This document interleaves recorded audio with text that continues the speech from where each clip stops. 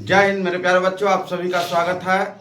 आज हम एक्सरसाइज 3.5 का प्रश्न नंबर 4 का प्रथम क्वेश्चन को आज हम सॉल्व करते हैं, है ना। तो क्वेश्चन क्या दिया हुआ है कि एक छात्रावास के मासिक व्यय का एक भाग नियत है तथा शेष इस पर निर्भर करता है कि छात्र ने कितने दिन भोजन लिया है।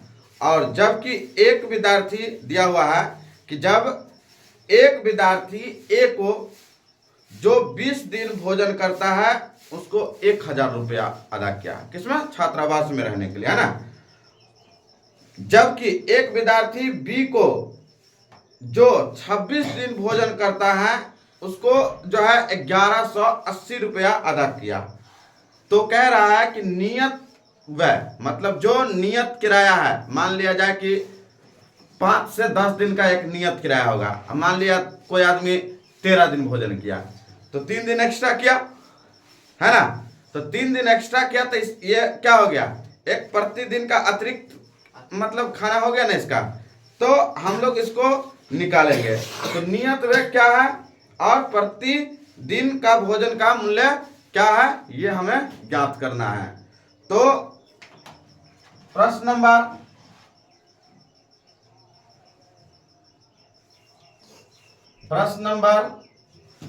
4 का पहला में दिया था कि एक छात्रावास के मासिक व्यय का एक भाग नियत है। तो हम लोग इसमें मानेंगे कि माना कि नियत व्यय किराया कितना है। तो नियत व्यय बराबर x और प्रतिदिन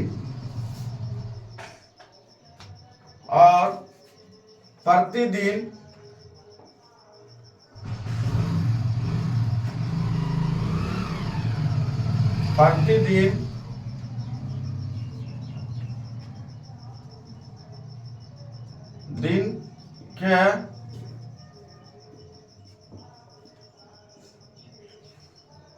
भोजन का मूल्य या किराया या व्यय कितना? y रुपया। प्रश्न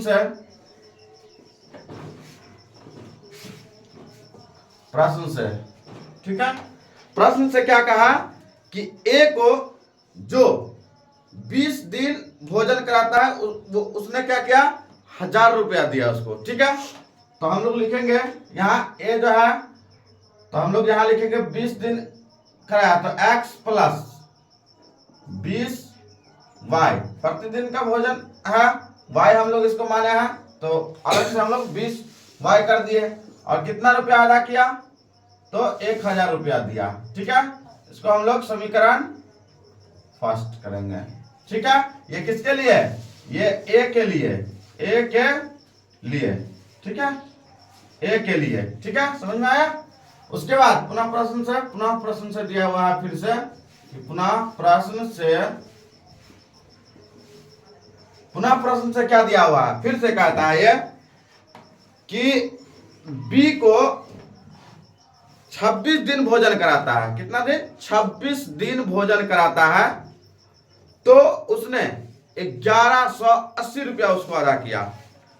तो हम लोग लिखेंगे बी को 80 मतलब बी को 26 दिन भोजन कराया तो x प्लस 26 y बराबर 1180 रुपया अदा किया।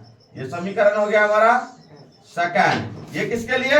ये बी के लिए यानी बी को कराया, है ना। बी ने इसको कराया। तो चलिए अब आगे हमारा क्या हो गया? समीकरण फर्स्ट और समीकरण सेकंड क्या हो गया? हमें प्राप्त हुआ। समीकरण फर्स्ट और समीकरण सेकंड हमें क्या हुआ? प्राप्त हुआ। अब इसको क्या करना है? समीकरण जब 2 पता चल जाए तो हम लोग क्या करते हैं? समीकरण को हल करते हैं। समीकरण फर्स्ट और समीकरण सेकंड को हम लोग हल करेंगे। तो समीकरण फर्स्ट सेकंड हमारे पास आ गया। अब लिखेंगे हम लोग समीकरण फर्स्ट एंड समीकरण सेकंड से। समझ में आ रहा? समीकरण फर्स्ट एंड समीकरण सेकंड से। तो समीकरण फर्स्ट मेरा क्या है? x प्लस 20y बराबर में 1000। तो हम लिखेंगे x प्लस 20y बराबर 1000। ठीक है।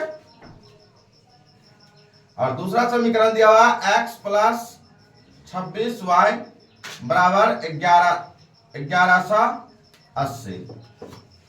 ठीक है। हम लोग इसको साइन परिवर्तन करेंगे, है ना। साइन परिवर्तन कर दिया, ये x से x कैंसिल हो गया। ठीक है।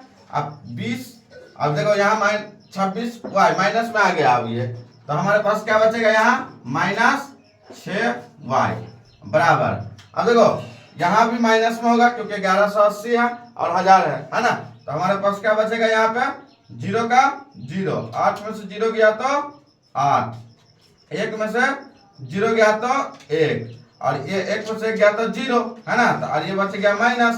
तो देखो माइनस से ये हमारा माइनस कैंसिल हो गया। ठीक है। अब हम 6 से इसको काट लेंगे, है ना। तो 6 से अगर काटते हैं तो यहाँ हम लोग 6y बराबर में 180, 6 से काटेंगे तो 6 त्रिक 18 और 1 0। तो इसीलिए y बराबर 30। ठीक है।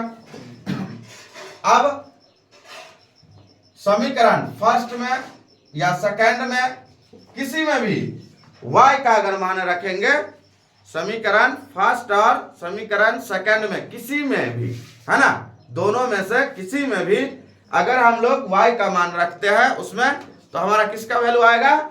मतलब नियत व्यय पता चल जाएगा, है ना। नियत व्यय पता चलेगा। ठीक है। तो हम लोग करेंगे समीकरण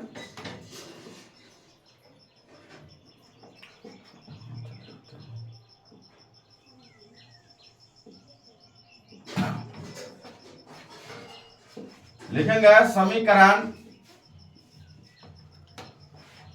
फर्स्ट में, समीकरण फर्स्ट में y का, समीकरण फर्स्ट में y का मान रखने पर। ठीक है। समीकरण फर्स्ट में y का मान रखें। समीकरण फर्स्ट क्या है मेरे लिए?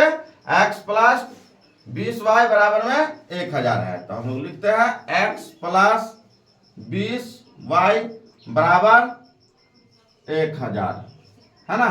अब देखो हम लोग बोले हैं कि y का वैल्यू डालना है, तो y हमारे पास यहाँ है, तो x प्लस 20 यहाँ पर इंटू मतलब गुना 20, और y के जगह पे कितना 30 डाल देते हैं, और यहाँ हो गया 1000। ठीक है। x प्लस 30 को अगर हम लोग 20 से गुना करते हैं तो कितना आएगा बताओ? 600 आएगा, है ना। 3 दूनी 6 और डबल 0 है तो कर दिया है। ठीक है। 600 बराबर 1000। फिर उसके बाद हम लोग x बराबर 1000 माइनस ये 600 हमारा इधर आ गया, तो बराबर से इधर आने पर साइन परिवर्तन होता है उसका। ठीक है। तो साइन परिवर्तन हो गया तो माइनस में चला गया। तो इसीलिए x बराबर 1000 में से 600 घट गया, तो कितना बच गया मेरे लिए? 400। तो ये हमारा 400 जो है क्या है? ये 400 हम लोग नियत व्यय है ना। और हमारा जो ये प्रतिदिन का जो अलग से, मतलब प्रतिदिन अगर हम लोग भोजन करते हैं या कराएंगे तो उसको हम 30 रुपया अदा करेंगे उनको। ठीक है। 30 रुपया अदा करेंगे। तो हमारे लिए x, तो हम लोग यहां पर लिख सकते हैं अतः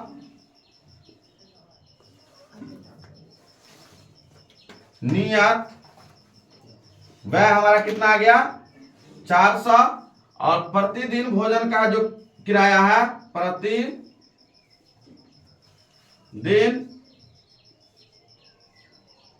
भोजन का मूल्य या किराया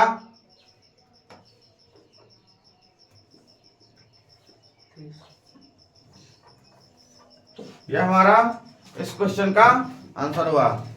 तो मेरे प्यारे बच्चों, अगर आप हमारे चैनल पर नए हैं तो जरूर हमारे चैनल को सब्सक्राइब करें और फेसबुक पर देख रहे हैं तो फॉलो जरूर कर दें और अपने दोस्तों के पास शेयर भी करें। Thank you.